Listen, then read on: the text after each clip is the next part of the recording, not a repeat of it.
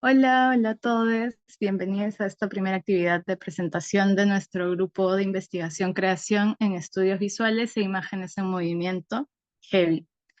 Un grupo interdisciplinario que busca promover el debate, los encuentros y diálogos alrededor de los estudios visuales e imágenes en movimiento latinoamericanos para la publicación y producción en espacios formales y no formales, con el objetivo de acercar la comunidad no académica a productos audiovisuales poco difundidos o visibles. En esta oportunidad, 3 de nuestros miembros expondrán los procesos de investigación de sus más recientes proyectos en marcha.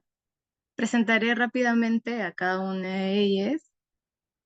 La videoinstalación Caminos al Alto Pushca por Julio González, investigador y docente en la Pontificia Universidad Católica del Perú, miembro de GEVI, doctor en Desarrollo Rural, magíster en Archivo Cinematográfico y Audiovisual y en Antropología Visual y Documental Etnográfico. Sus líneas de interés en la investigación y creación giran alrededor de la cultura visual, la memoria, el territorio, movimientos sociales, ecología política y prácticas artísticas colaborativas.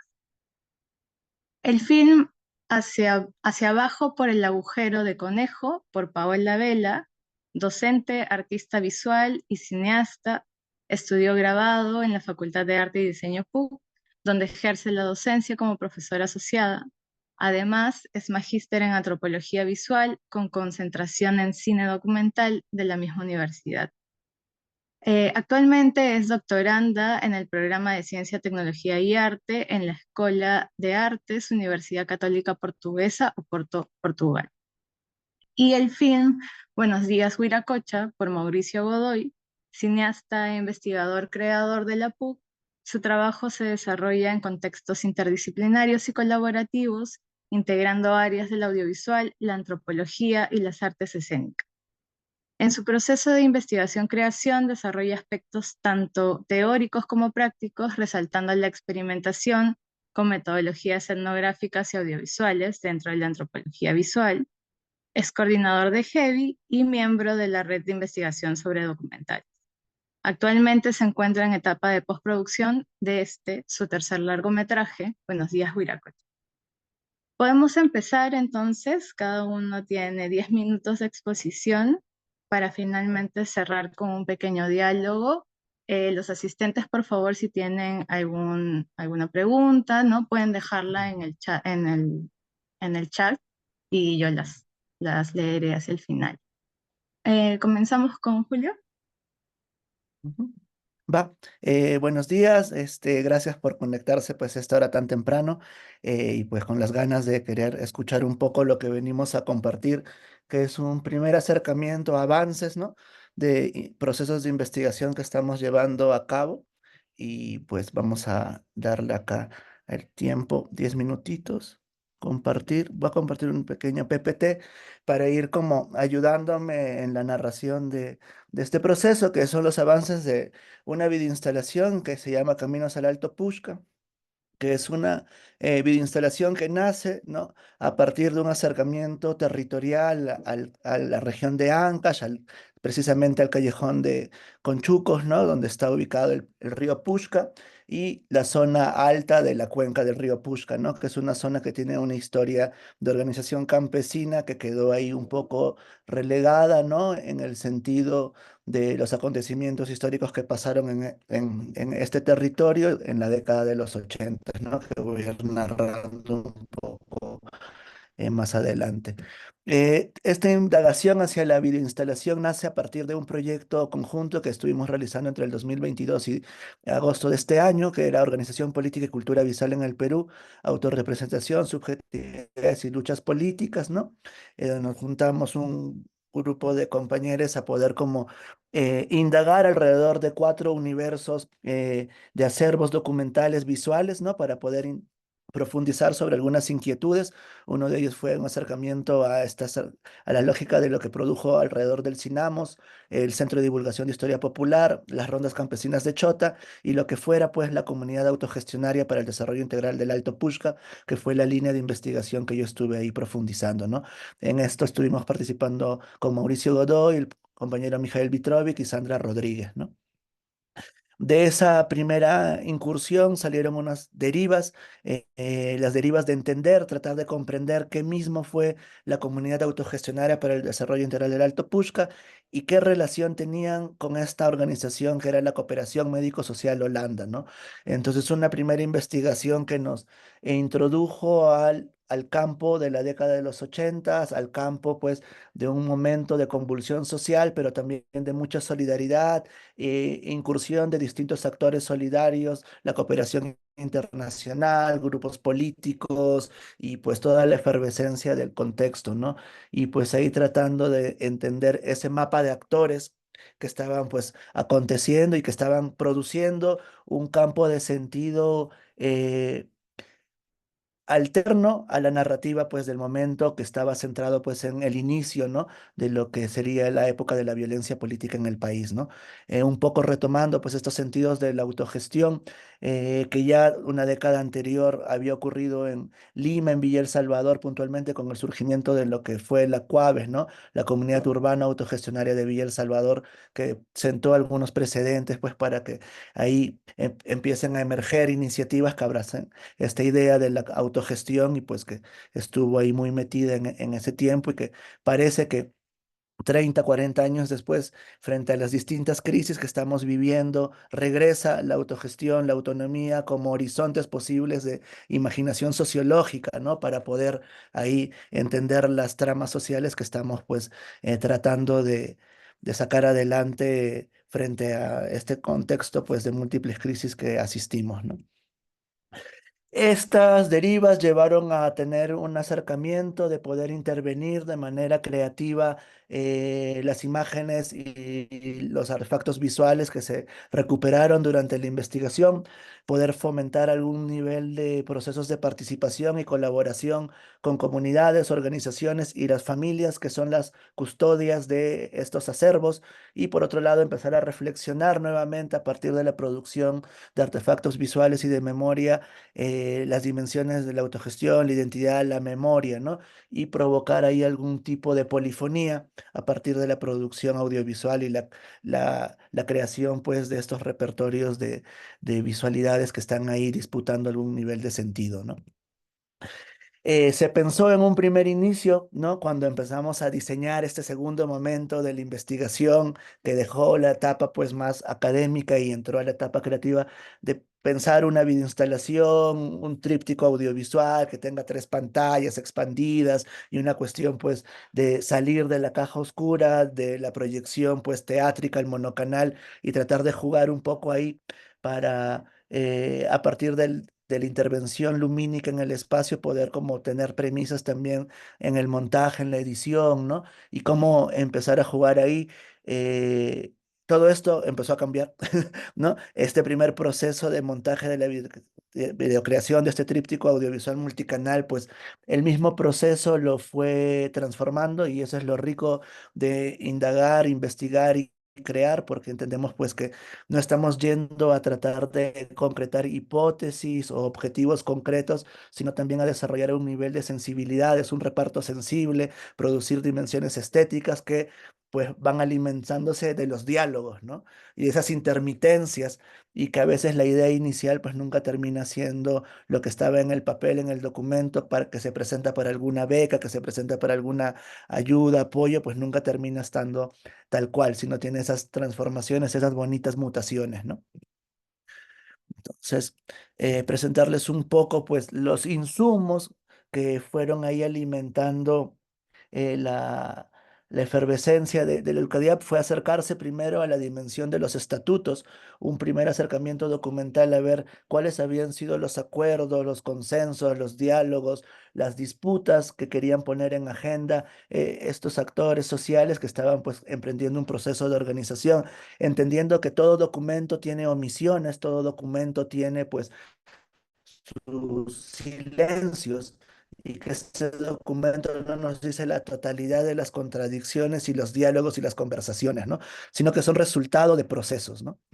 Empecé a centrarme mucho en entender la estructura organizacional de la organización y desprender desde lo que decía el documento hacia las lógicas de organización, la forma de entender pues el arraigo y la articulación de esta zona denominada el Alto Pushka, ¿no? Las comunidades, los comités, los distintos comités que empezaron a gestar y las tareas y la configuración de un tipo de organización asamblearia, ¿no?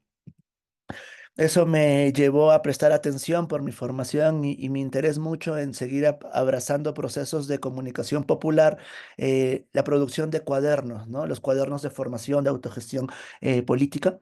Eh, Eso me llevó a prestarle atención a las imágenes que estaban produciendo. Empecé a digitalizar algunas imágenes que estaban pues superpuestas por un error mecánico. Este error mecánico me hizo llegar como a la presencia del video dentro de la organización y las asambleas, ¿no? Y a seguir la pista al video, ¿no? Y si había video, pues habían actores que estaban provocando algún nivel de organización y gestión de algún tipo de archivo, ¿no? Y ese archivo pues me fue llevando a entender cómo estaban ordenando en la organización su manera de dar cuenta, su relato visual, ¿no? Entonces empecé a encontrar distintas materialidades, diapositivas, negativas, foto color, foto negativo, foto blanco-negro, ¿no? Algunos ejercicios y cruzándose con un relato familiar, personal, que era la familia de holandeses que estaban ahí apoyando y que estaban pues de una u otra manera salvaguardando el archivo, cruzando con la memoria organizacional, con la memoria familiar, ¿no? Un tipo de Feli- archivo, acervo que cruza Felita, las dos dimensiones. Sí, ya voy a ir disculpa, te cerrando ya. cancelé. Listo. Sí, tres. Sí, sí, sí, ya voy a ir cerrando, ¿no? Entonces, esto eh, conjunción provocó como unas discusiones muy bonitas, ¿no? Porque lo que empezó como un acercamiento a una noción de un archivo organizacional fue desplegando las capas de cómo estos archivos organizacionales de carácter comunitario en esta época, en este periodo, también estaban mediados por los actores externos a las comunidades que documentaban, iban creando también sus propios acervos familiares, ¿no? Entonces se van creando palinceptos, ¿no? Dentro de estos archivos donde se cruza lo familiar, lo individual, lo colectivo, lo social, lo político, ¿no?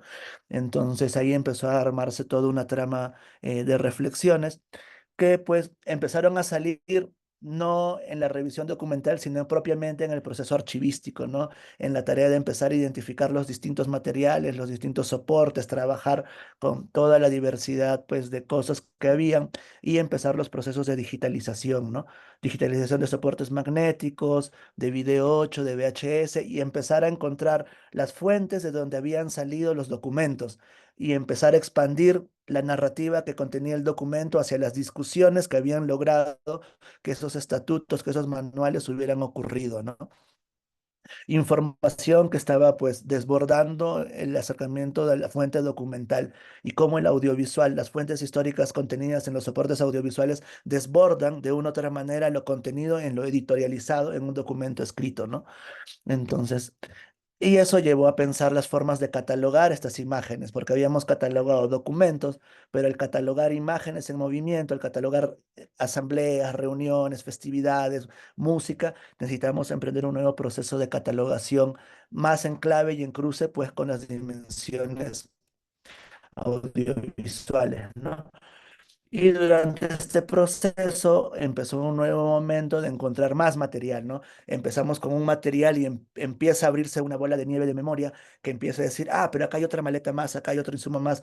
Y empezamos a encontrar material fílmico que lo pudimos digitalizar este año de último momento, hace 2 meses, ¿no? Estuvimos inspeccionando material de Super 8, que también da cuenta, pues, de algunas expediciones, e hicimos, pues, una serie de visionados colectivos con la familia, ¿no? Con los custodios de los archivos que tienen estos materiales para poder como expandir los ejes creativos de búsqueda del archivo y con ello expandir los ejes creativos de formas o estrategias de restitución de estas imágenes para seguir avanzando en cómo preparar una estrategia cada vez más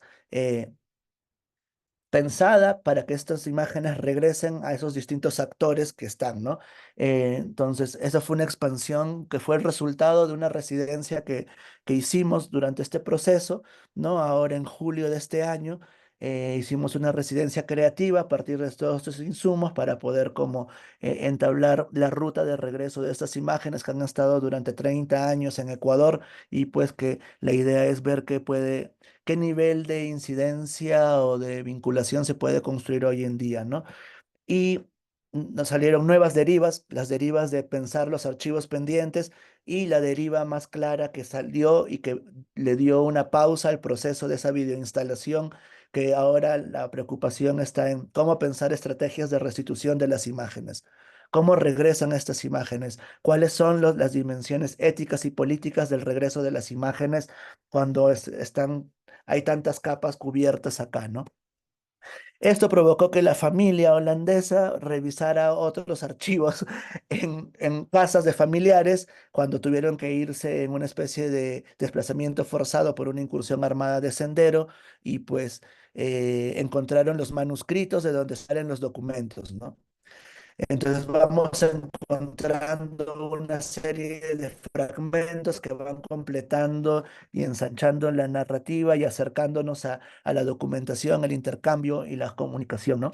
Y nada, para cerrar, agradecer pues a las instituciones que están haciendo posible todo este proceso que ya lleva varios añitos y que pues esperamos que pronto podamos tener un primer acercamiento ya de imágenes intervenidas mientras seguimos avanzando en la construcción de esta estrategia de práctica de restitución y de catalogación compartida del archivo y todo este acervo y ver estrategias de ponerlo en acceso, ¿no? Porque es una memoria que regresa y hace parte de un momento histórico, sobre todo en la región de Ancash, que nos permite pues plantear ahí algo, ¿no? Y gracias. Muchas gracias, Julito. Ahora seguimos con Paola.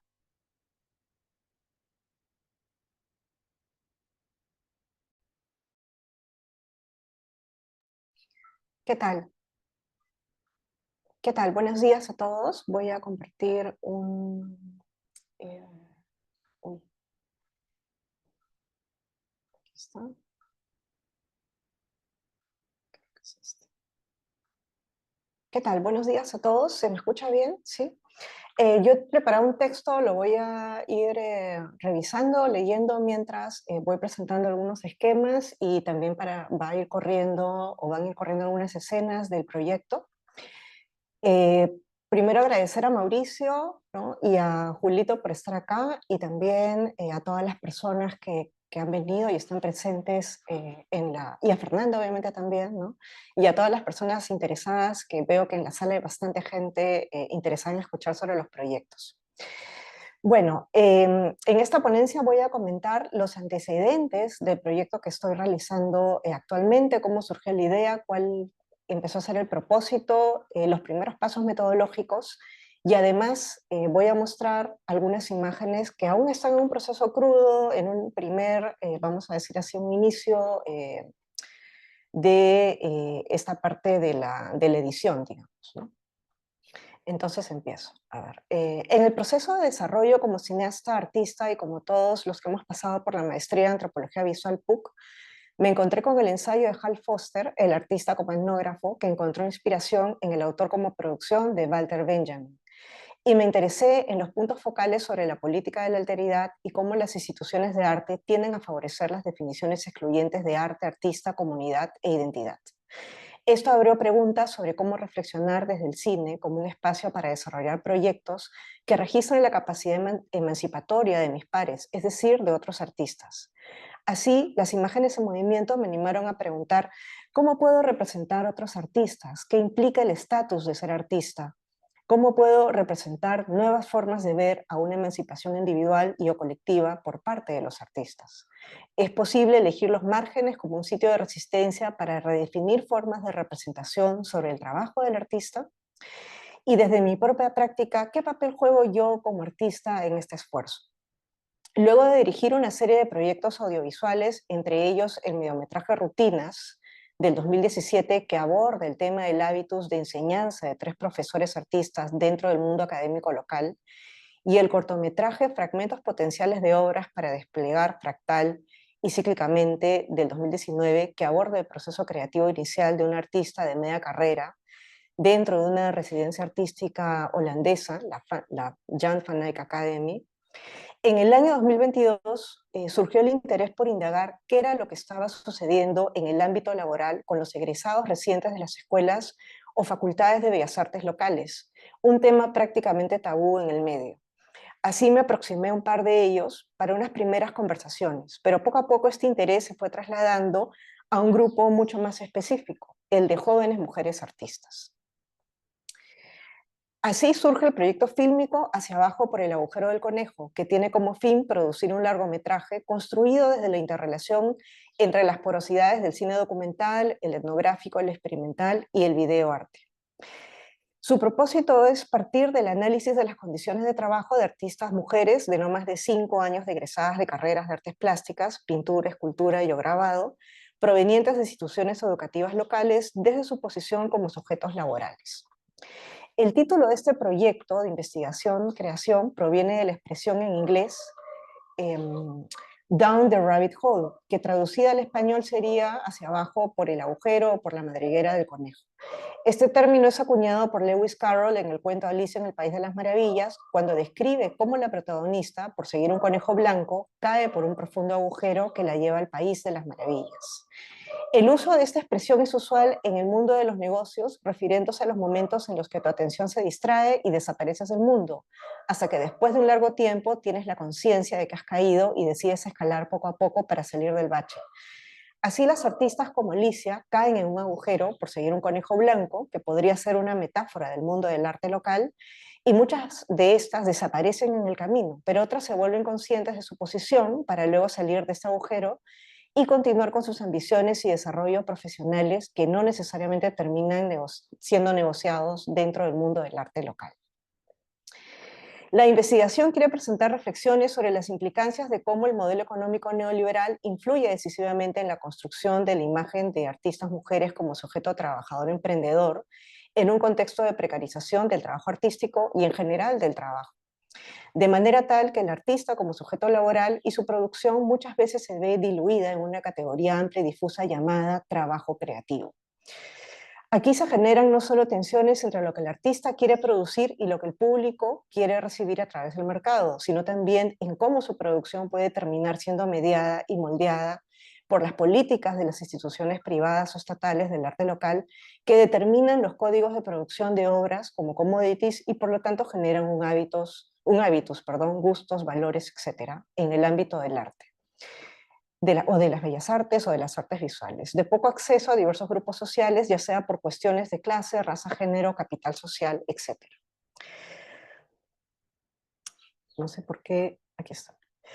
El primer paso para iniciar el proyecto fue hacer un trabajo de campo durante el año 2023 que consistió en realizar una serie de entrevistas escritas guardando los aparatos de video y audio.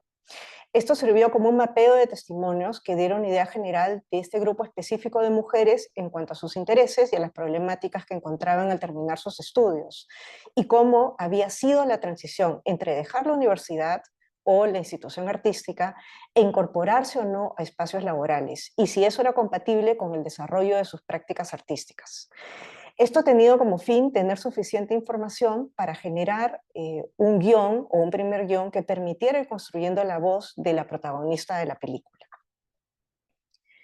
Una vez terminadas las entrevistas, obtuve unos primeros hallazgos sobre las tensiones en el mundo laboral del campo del arte desde este grupo específico, que se encuentran dentro de aquello que el sociólogo neerlandés Pascal Gillen menciona en su ensayo La práctica artística y la neoliberalización del espacio educativo, del 2012.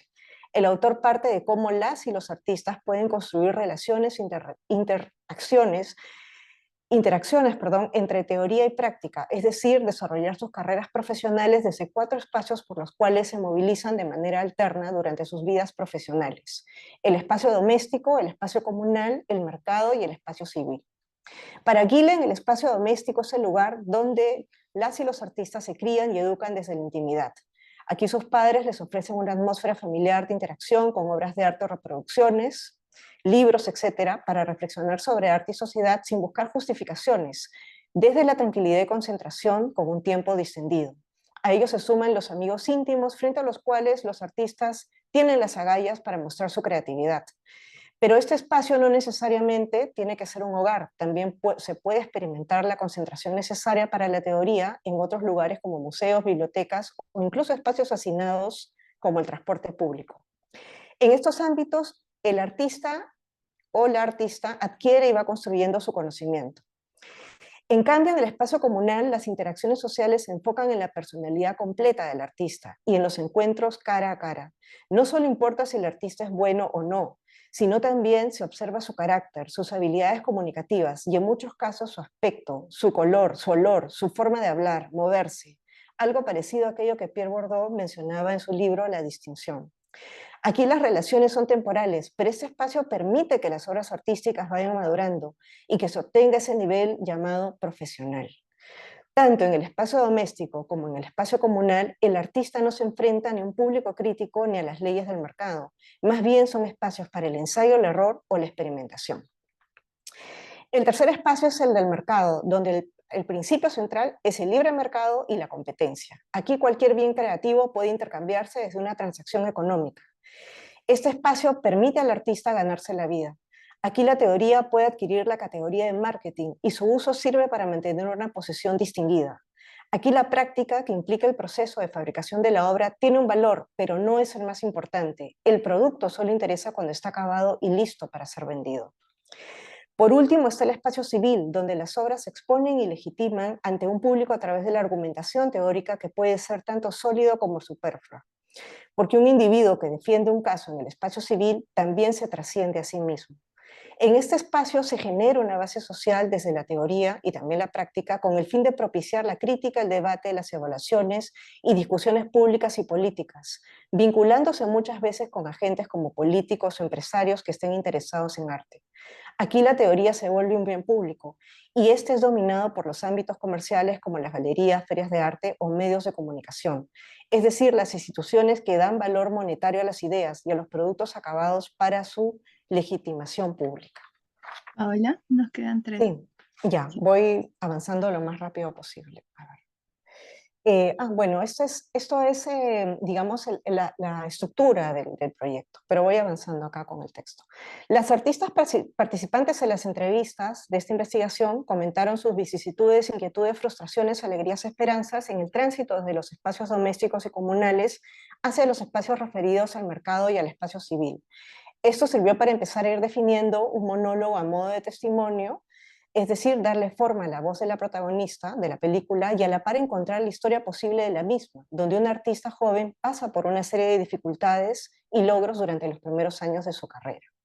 A la par se fue esbozando la estructura de la película, que es lo que están viendo acá, dividiendo la historia en 12 secuencias, tal como los 12 capítulos que componen el cuento de Lewis, y usando un título para cada capítulo que esté total o parcialmente enlazado con los títulos del cuento.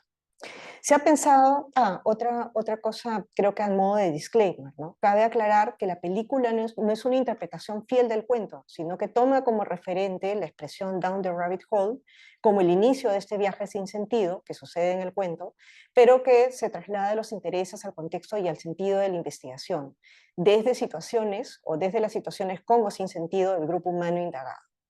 Se ha pensado que la narración de la película esté compuesta por distintas capas, ¿no? La voz de la protagonista, tanto en audio como en texto, sonido diegético y no diegético, e imágenes referidas a los espacios donde suceden las rutinas, movimientos, aprendizajes de las artistas desde aquello que plantea Gillen. Aquí voy a pasar, no sé si, creo que se escucha un poquito, voy a ir pasando un poquito del avance, digamos, son pequeños fragmentos que se han unido. Al caminar por la ciudad me doy cuenta que he vivido fuera de su movimiento. Todavía no es una edición final. Siento que estoy parada frente a un gran abismo. Ustedes pueden ver las primeras yuxtaposiciones para ir creando lejos esta de toda idea acción que estaba y de todo explicando. pensamiento intelectual. En Lejos ese de las sentido, cosas creadas bueno, voy a dejar un para poquito que ser corra y de ahí representadas. cierro con lo último. Lejos de toda acción, lejos de toda acción, lejos de toda acción, lejos de todo pensamiento, de todo pensamiento, de todo pensamiento.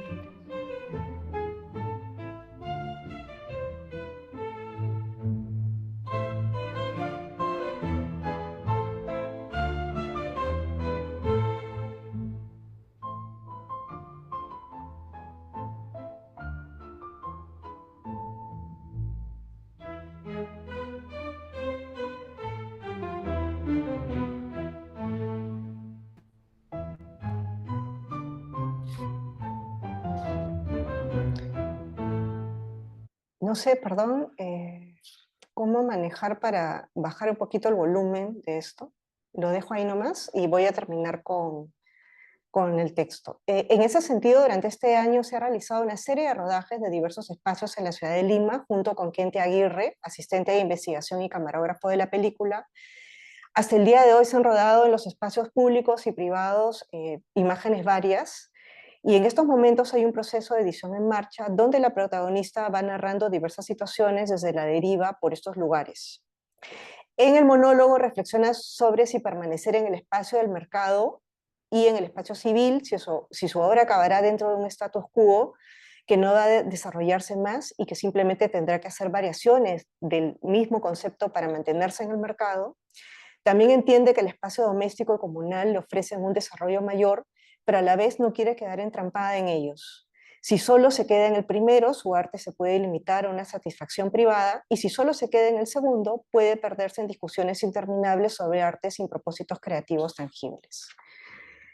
Y aquí ella piensa sobre estas negociaciones para encontrar un equilibrio dentro de estos ámbitos. Finalmente, este proyecto explora a modo de ensayo y diario íntimo el lenguaje audiovisual de los géneros que ya he comentado, y que entran desde el documental etnográfico, que entra en diálogo con las estrategias audiovisuales del videoarte y el cine experimental. Y la relevancia del proyecto consiste en contribuir en el ámbito de las investigaciones audiovisuales centradas en analizar y estudiar el mundo del arte local y su representación, donde el cine, artes visuales contemporáneas y antropología pueden relacionarse de manera fluida.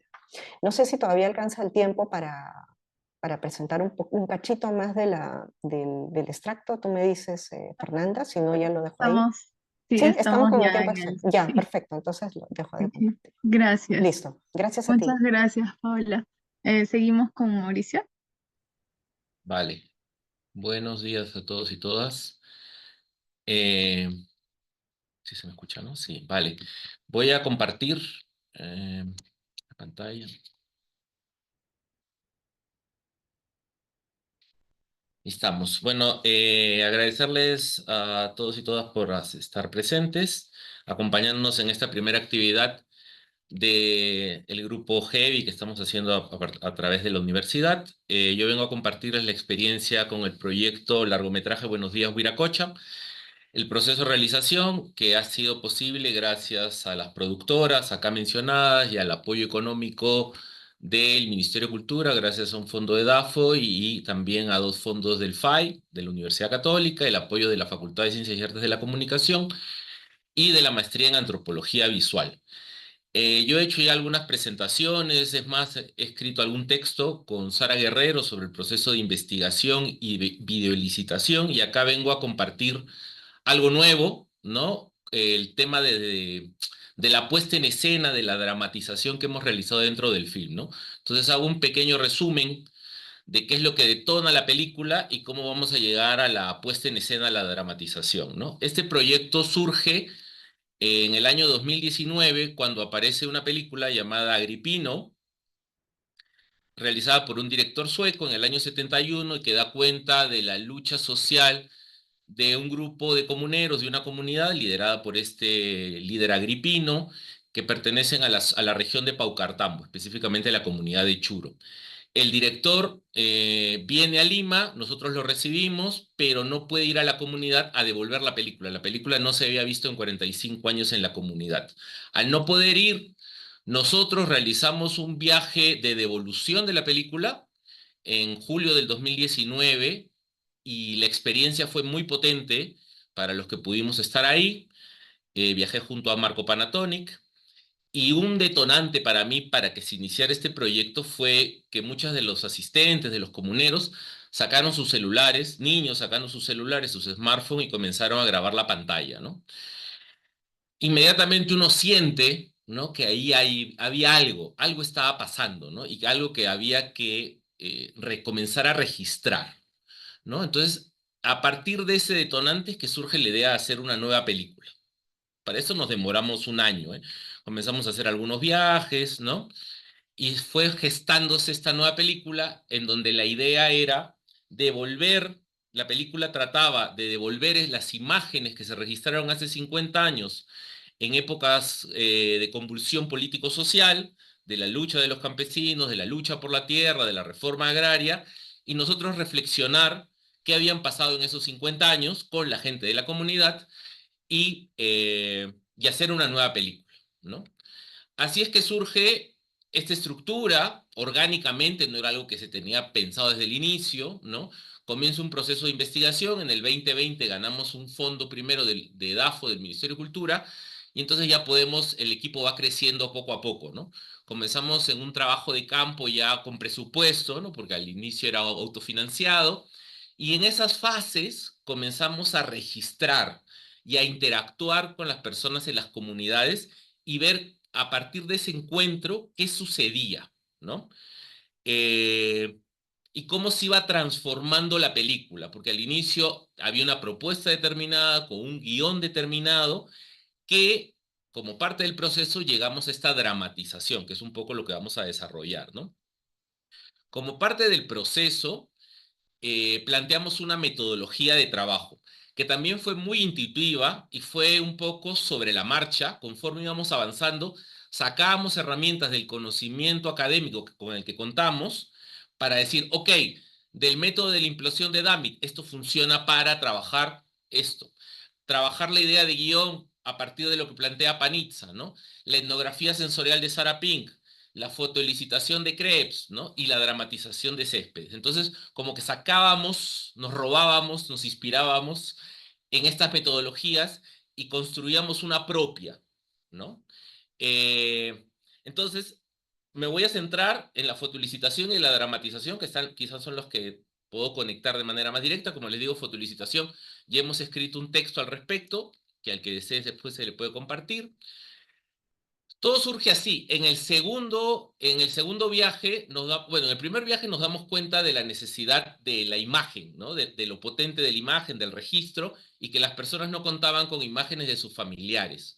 Entonces, pusimos en una pizarra fotogramas de las películas para que las personas comenzaran a identificar a sus familiares.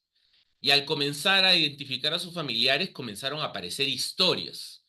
Entonces, después si bien comenzamos a hacerlo de manera grupal, después comenzamos a hacerlo de manera individual o familiar. Y entonces nos sentábamos con las personas, hablábamos de la película, veían las imágenes y a partir de eso detonaba algo, surgían historias, ¿no?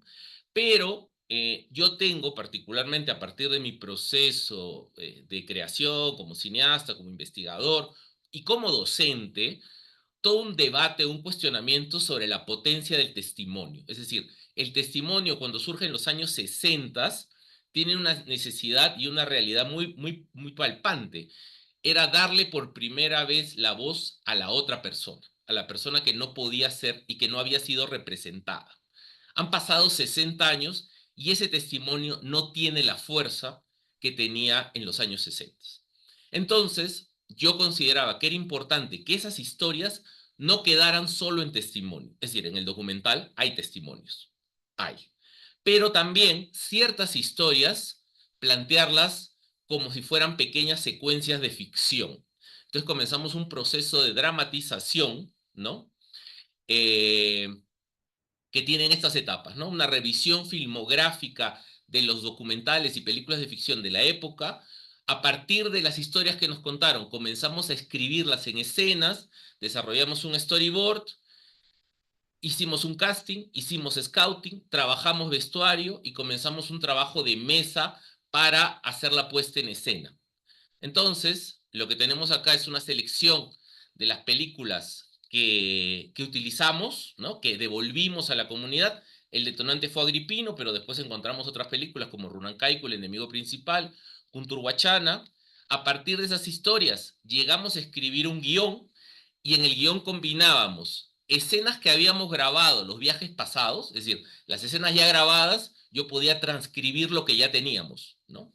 Escenas recreadas, es decir, la puesta en escena, la dramatización, escenas que íbamos a construir en el presente, escenas, las entrevistas y las que nos faltaba grabar, ¿no? Entonces, así es que surge un guión. A partir de este guión surge un storyboard, esos son unos dibujos que iba haciendo yo en el proceso sobre ciertas escenas. Este storyboard se les compartió, hicimos un casting, ya después vamos a ver el casting, y le compartimos el storyboard a las personas que participaron en la película para dialogar con ellos cómo afinarlo, corregirlo, si querían cambiar alguna cosa, complementarlo, ¿no? Además realizamos un guión técnico, si se dan cuenta, en las partes se describe, ¿no? En las partes que no teníamos filmadas estaba el dibujo, pero en las que ya habíamos grabado, estas imágenes de abajo, por ejemplo, en las fotografías, son fotogramas de la película, son imágenes que grabamos cuando fuimos en el 2019. Entonces, en el guión técnico se combinan dibujos de las cosas que vamos a grabar con cosas que ya están grabadas, ¿no? Eso tanto para, digamos, que la película tuviera una parte más documental, más de registro del inicio, una parte más de entrevistas planificadas y el proceso de la puesta en escena para las escenas de ficción, ¿no? Entonces, para las escenas de ficción, que es un poco lo que les quiero compartir, que es la dramatización, realizamos un scouting. Lo que ven a la derecha es una escena de la película, ¿no? En donde una joven campesina está al servicio de un hacendado, el cual tiene una relación de abuso sobre ella, ¿no? Y a mano izquierda vemos una hacienda que fue la que nos sirvió para realizar esta escena, ¿no? Cuando vimos, por ejemplo, la capilla que está dentro de la escena, dijimos, esta capilla es ideal para esta escena, ¿no? Realizamos un casting en la plaza, en la misma plaza de la comunidad.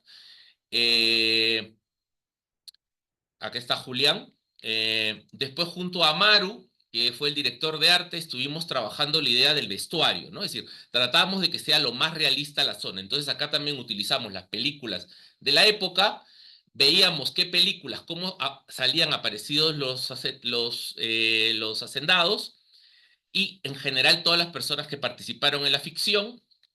Acá al medio pueden ver al hacendado, al actor, con la prueba de vestuario, y a los costados las actrices que interpretan a las comuneras, a las campesinas, ¿no? ¿No? Y, Nos quedan 3 minutos, perdón. perfecto, acabo con esto y paso el videíto de los 3 minutos. Y entonces, después, haciendo dialogar lo que les comento con las películas que nos sirvieron de referente, acá tenemos una escena de ficción en donde vemos a la campesina y a la derecha el referente que es Cuculi, ¿no? Voy a dejar de compartir, bueno, no voy a dejar de compartir y les voy a mostrar un poco el registro. Voy hablando mientras quizás se lo muestro. Y con esto acabo. Eh, Acá está, acá hay un registro que hicimos, ¿no? Como parte de la investigación, pero que algunas de estas imágenes son parte de la película, ¿no? Acá estamos con la familia Quecaño, ¿no? En donde fuimos a la casa de ellos, nos sentamos a ver la película con ellos, Agripino, y lo que hicimos, teníamos un álbum de fotografías con los fotogramas de las personas que salían en la película, y las personas podían ir identificando a sus familiares. Por ejemplo, en la familia Quecaño aparece la mamá de Alberto. Y entonces después les regalábamos la fotografía y ellos quedaban con el recuerdo. En este momento estamos con la familia Wilca, los familiares del líder campesino Saturnino Wilca, y nos sentamos con ellos a ver las películas en las que Saturnino Wilca aparecía, ¿no? Y entonces les íbamos mostrando la película, conversábamos con ellos, les dábamos las fotografías, ¿no? Y se daba toda esta interacción. Después, también, como para que se conozca el proyecto, nos pusimos en la plaza de Huancarán y del pueblo, con una mesa. Esto nos pusimos los domingos, nos poníamos ahí, y conforme fueron pasando los domingos, cada vez la producción fue mejorando. Este fue el primer día, no teníamos mucho ahí, pero tratábamos de atraer, ¿no? Es decir, es una feria que son como 10 cuadras de feria, ¿no? Entonces nos poníamos, digamos, dentro de la feria, ¿no? Entonces la gente, al interactuar de domingo cualquiera en la feria, pasaba, nos veía, les llamaba la atención. Teníamos la película que se veía en la computadora y teníamos las fotos. Entonces la gente se acercaba, veía, identificaba, porque las imágenes de la película son de esa comunidad, son de ese pueblo. Entonces les llamaba la atención porque veían cómo era ese pueblo hace 50 años, o por ahí encontraban algún familiar, podrían encontrar a una abuela, a un padre, a una madre que apareciera en la película, ¿no? Acá compartirles un poco cómo fue el proceso de reescritura. Ahí estoy interactuando con Carlos Wilca, que se convierte en el protagonista de la película, ¿no? Entonces yo le estoy contando cómo es el guión. Esta es la radio Segundina, que es la locutora de Huancarani. Entonces ella cuenta... De radio municipal de Huancarán. Sí, ajá. Habla quechua bien esto. Sí, claro, Segundina, sí. Sí. Entonces ella, claro, lo importante y esa parte... Y acá nos ponemos a ver una película cunturhuachana y un poco es el diálogo, y que él, por ejemplo, le propongo a él, a Carlos, que sea el narrador de esa película, ¿no? Y en un momento le pregunto, bueno, ¿y cómo estarías vestido para la película? Y entonces él me dice, yo me quiero poner el poncho de mi papá, el poncho de Saturnino Wilca, ¿no? Y finalmente estas escenas son cuando ya habíamos hecho el casting y les dimos el guión técnico, el storyboard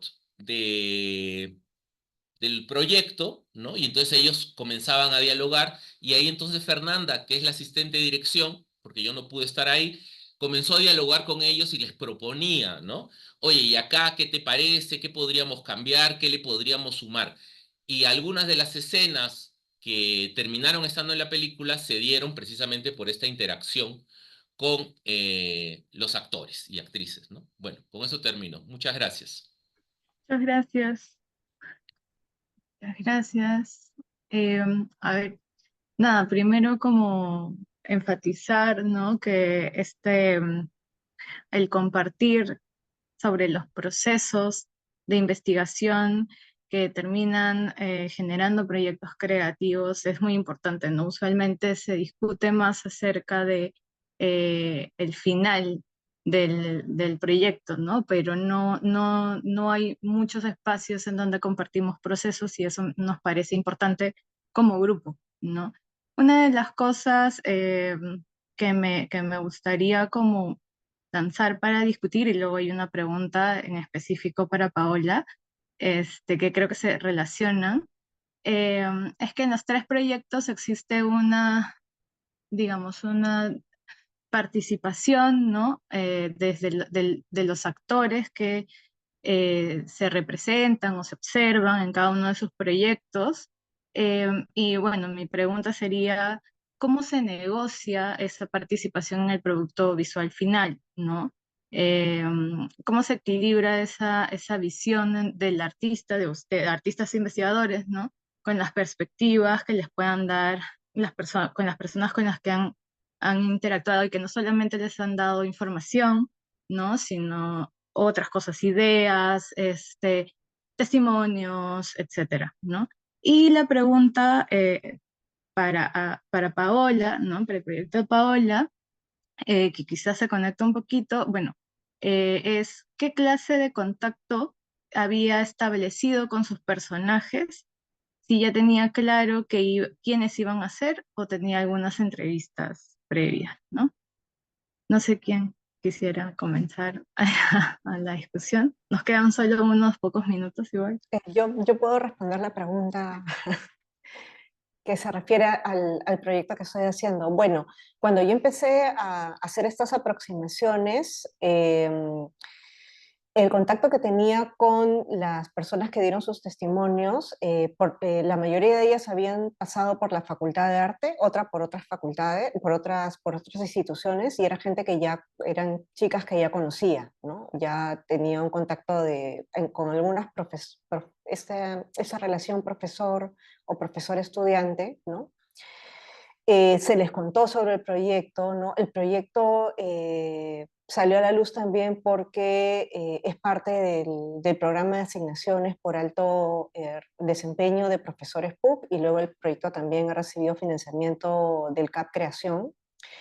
Entonces, en ese sentido, se les presentó todo el resumen ejecutivo de qué se iba a tratar el proyecto, cómo se podían utilizar los testimonios en un momento específico, pero los testimonios básicamente se usaron en este primer año para hacer, como comenté, un mapeo de ver cuál era este razonamiento, este pensamiento, estas maneras de, ¿no? Tratar de entender cómo estas artistas se ubicaban en estos espacios, o en este espacio tan poroso que es el mundo del arte, ¿no? Entonces, de una u otra manera, la conexión fue fluida, ¿no? En ese sentido, no tuve que ir a un sitio que no conocía como investigadora, ¿no? Sino prácticamente yo también pertenezco a ese espacio. No era algo ajeno a mí, no es como, no sé, el clásico cliché, ¿no? Llega el antropólogo, pueblo X, la comunidad tal, y nadie sabe nada de él, y es como el extraterrestre que viene y todos lo miran, ¿no? Estoy exagerando, caricaturizando, ¿no? En ese sentido, no es tanto así. Pero en mi caso, digamos, la aproximación iba de esa manera, ¿no? Como lo que ha pasado también en los últimos proyectos que he desarrollado, ¿no? La tesis de maestría que hice es una observación de docentes artistas, ¿no? Y cómo imparten las clases, ¿no? Que es algo que también a mí me pasa todo el tiempo, ¿no? Sí, eso básicamente, no sé si respondí la pregunta. Sí. Sí, no sé si alguno de los demás quiera como seguir con la discusión. Igual hay algunas otras Sí, preguntas. Oh, dale, dale, Julio. ujú. Sí, no, yo creo que ahí pues va a depender de la naturaleza de cada proyecto, los niveles de negociación, ¿no? Es indiscutible que en toda interacción hay una relación de poder. Y en las formas, pues, de nombrar, de catalogar, de priorizar, de jerarquizar, de montar, de elegir qué queda, qué no queda, pues hay una tensión. Y esas negociaciones, pues, según la naturaleza del proyecto, se van a diluir, van a estar más presentes, en algunos casos sí, en algunos casos no, y va a responder, pues, a una perspectiva ética y política de la cosa, ¿no? Entonces, creo que esa es una constante que en los últimos años nos venimos cuestionando más ¿no? Porque durante mucho tiempo, pues la práctica de investigación o la práctica creativa también ha tenido una clave o una condición muy extractiva y muy invasiva y pues muy rompedora de la misma gente y sin necesidad de tener algún vínculo de conversación, de diálogo, ¿no? Entonces creo que es algo que hay que seguir reflexionando un montón y que en cada proceso pues va a encontrar su propia política de negociación, ¿no? En el caso de Caminos al Alto Pushka le hemos dado una pausa a la movida de poder trabajar con las imágenes y centrarnos un ratito en pensar la forma de catalogación de estas imágenes de archivo. Que ahí también hay una tensión de poder, ¿no? Las formas de identificar, de definir, de etiquetar, de crear las estrategias o los flujos de trabajo para la puesta en acceso, porque uno desde cierta mirada y cierta perspectiva puede crear, ¿no? Una ruta de trabajo que necesariamente no es la que los usuarios, las usuarias o la gente retratada en estas imágenes, pues sea la más factible, ¿no? Entonces, como que hay muchos niveles ahí entre cómo negocias la configuración del archivo, cómo negocias la puesta en acceso, si se pone en acceso, no se pone en acceso, cómo negocias, pues qué va, qué no va, ¿no? Entonces creo que en cada etapa la negociación se va renovando y en cada proyecto, pues también se va renovando, ¿no? Entonces por ahí. Hay algunas preguntas que creo que también se relacionan justo con bueno, con esta pregunta inicial y también con lo que he estado comentando Julio. Solamente las voy a leer, sí, como para dar comentarios finales. Para Mauricio, ¿cuáles aspectos se cambiaron más en la reescritura, ¿no? Me imagino que también una vez habiendo negociado esta, estas primeras versiones, ¿no? Para Julio se desarrollaron tensiones en el proceso de investigación y las familias, ¿no? Un poco lo que estabas mencionando también, como estas cuestiones de poder. Eh, y finalmente para Paola, cómo interviene creativamente la protagonista en el proceso de postproducción. A ver, solamente como reflexiones finales antes de cerrar. Vale, quizás yo para conectar, ¿no?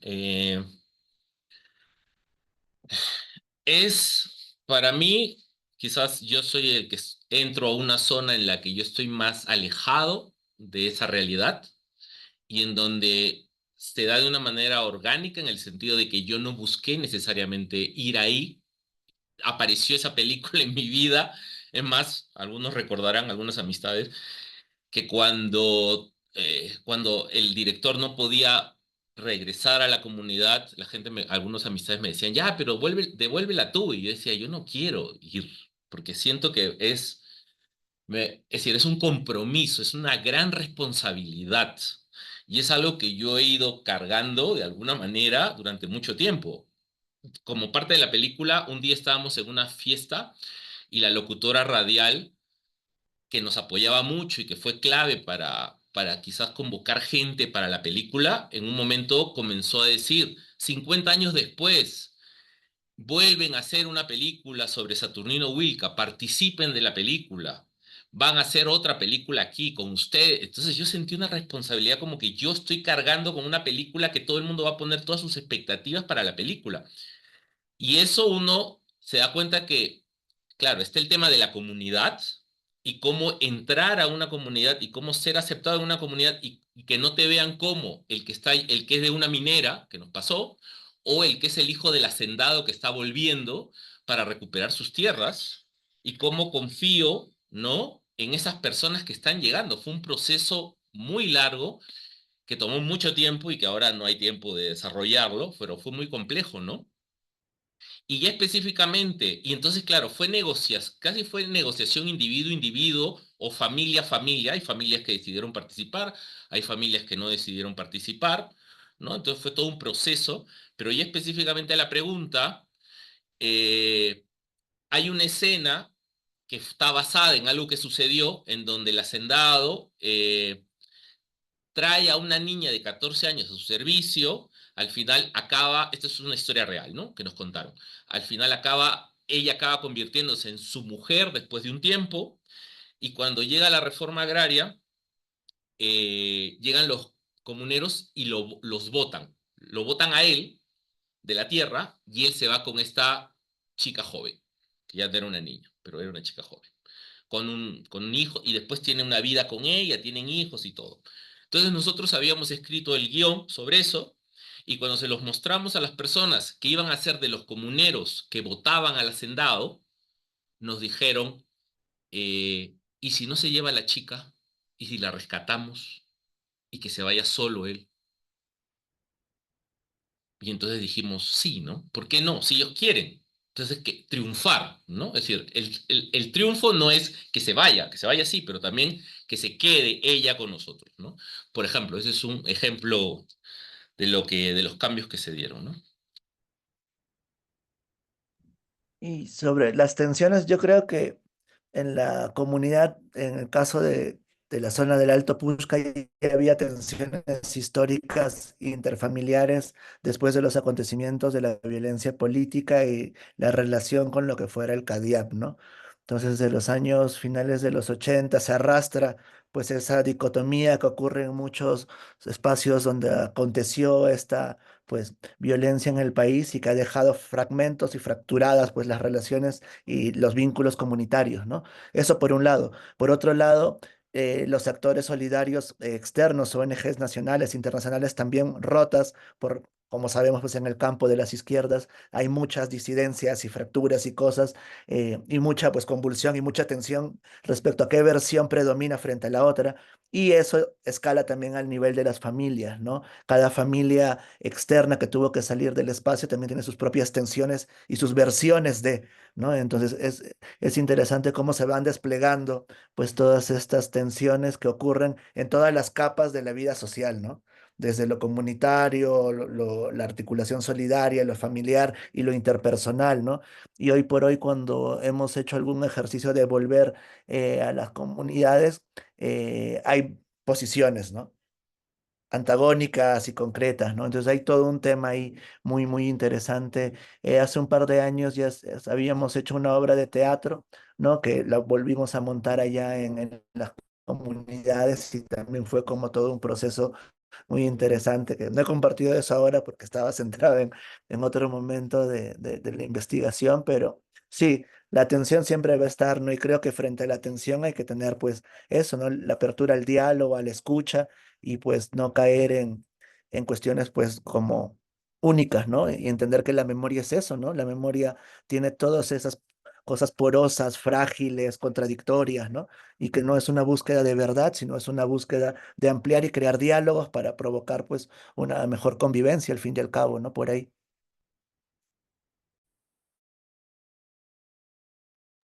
Bueno, en cuanto a la pregunta que me habían hecho era sobre cómo las personas que habían dado los testimonios participan participan en la postproducción, ¿no?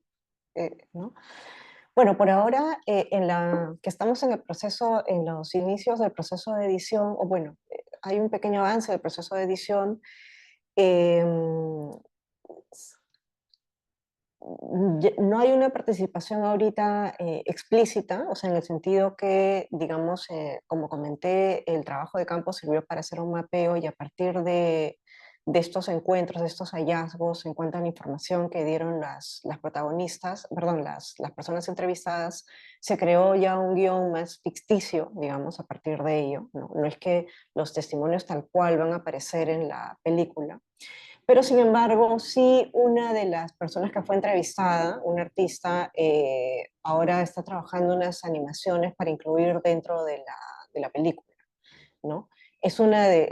Por ahora es una, podrían sumarse otras personas al trabajo técnico quizás, pero por ahora, digamos que estoy en este proceso de terminar un primer corte o de hacer un primer corte de la película, ¿no? Ahí voy, ¿no? Pero no podría asegurar, bueno, como los cambios también, todo el tiempo los proyectos van mutando, ¿no? Mauricio y Julio han comentado esto en todo momento, ¿no? Se pensaba una cosa, después pasa otra, se incorpora gente, sale gente, entra otra y así es. Por ahora voy en ese, digamos, el proyecto va en ese camino en relación a las personas que han dado sus testimonios al principio, ¿no? Ujú. Sí. Me encantaría que todas participaran y se les pueda pagar a todas, ¿no? Sería lo máximo.